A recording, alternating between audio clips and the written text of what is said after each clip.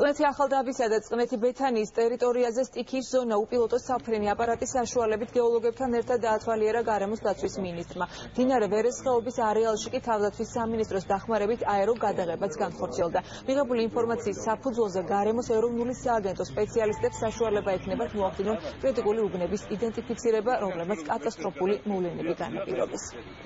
ვაპირებთ, რომ შევისწავლოთ პრაქტიკულად საკმაოდ დიდი ნაწილი ხეობის და ეს მოგვეხმარება, ეს მონაცემები მოგვეხმარება სტიქიის მიზეზების სწორ იდენტიფიცირებაში და ასევე სამომავლოდ იმ რეკომენდაციების შემუშავებაში, რომლებმაც მსგავსი უბედურებისგან უნდა დაგვაზროს. ჩვენი სადაზვერო ქვედანაყოფი მონაწილეობას ხებულობს გარემოს დაცვის სამინისტროსთან ერთად რაიონის სადაზვერო მოქმედებებში, რომ მომავალში თავიდან აცილებული იყოს მსგავსი სტიქიური მოვლენები.